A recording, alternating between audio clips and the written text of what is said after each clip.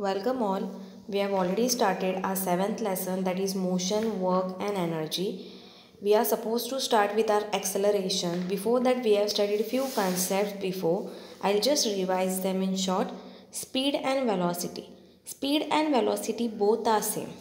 But the thing is, speed is distance upon time. Here distance is not related with the direction. It is not near, it is not towards the north, towards the south, towards east, towards west. We are not saying such concepts or such things in speed. But if you consider velocity, velocity is dependent on the displacement and displacement is related to direction.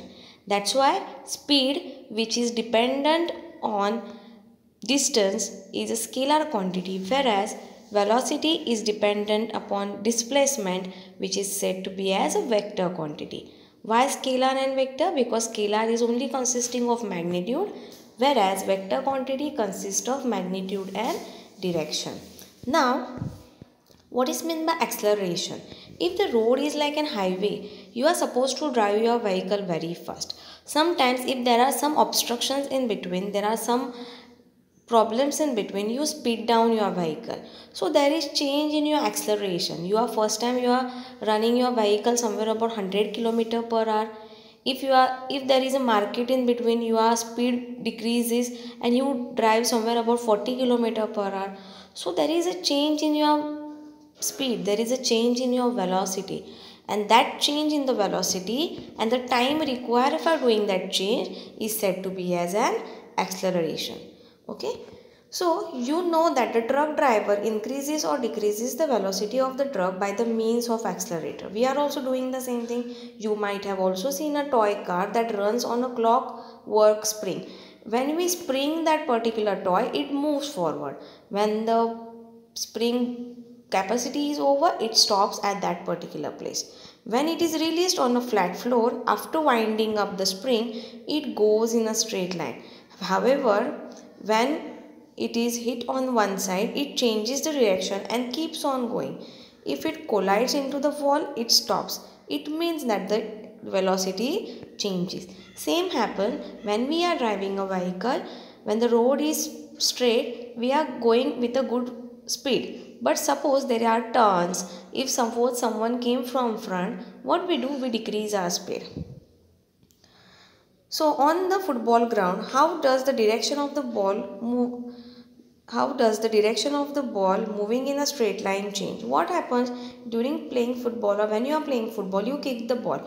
A person who is to the opposite side will kick the ball to or yours opposite, or he is supposed to kick the ball towards his opposite. So this goes on, and that is why the direction of the ball also changes.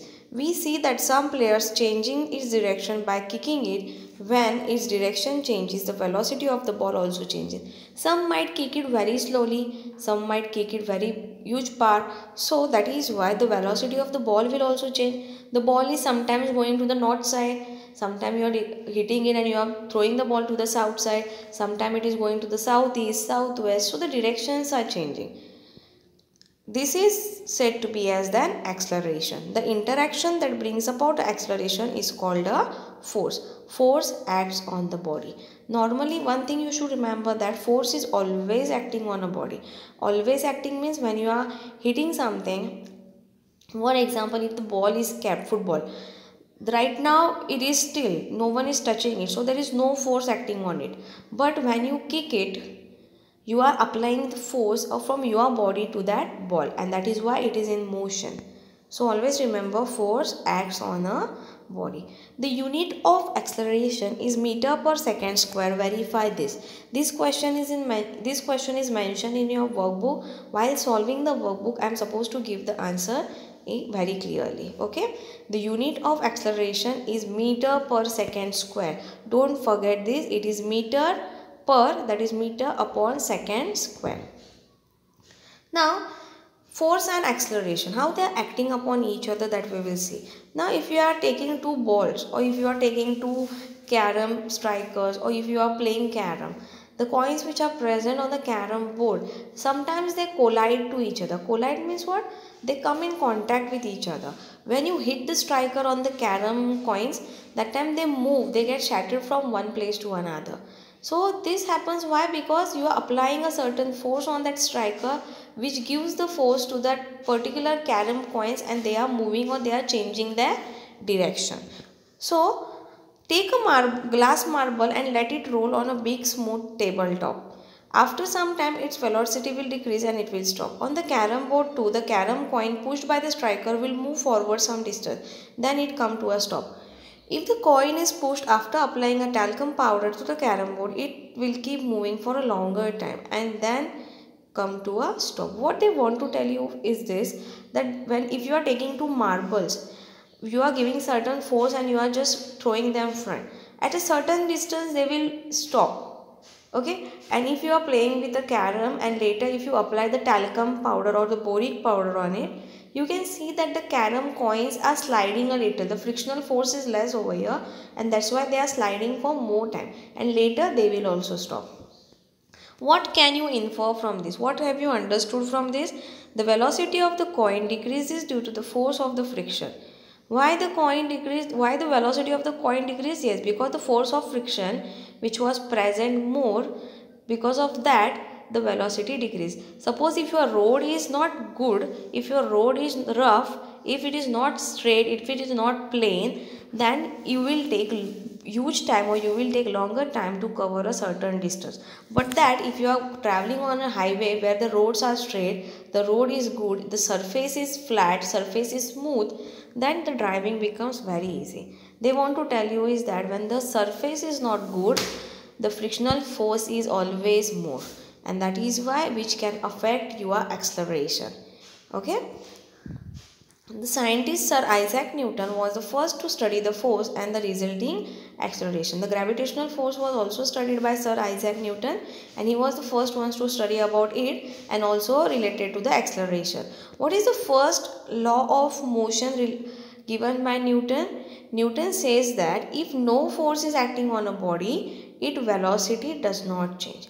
For example, if you take your pen, if you keep your pen on the table, right now, don't touch that pen. You can see that there is no force acting on that pen. No one is touching that pen also. So, if no one is touching that pen is not supposed to move on its own. It will remain as it is for a longer period of time. So, unless and until you are applying force on it. So, what is Newton telling in his first law? If no force is acting on a body, its velocity also do not change. Its velocity does not change. If you are applying force, the velocity will change. Okay, that is, the body does not accelerate. It is not moving, it will be still on one place. It will remain stationary. Stationary means not in motion. It will remain as it is. If it is in motion, it will continue moving with the same velocity and same direction. And if it is in motion, it will not change because it is also consisting a constant velocity on it.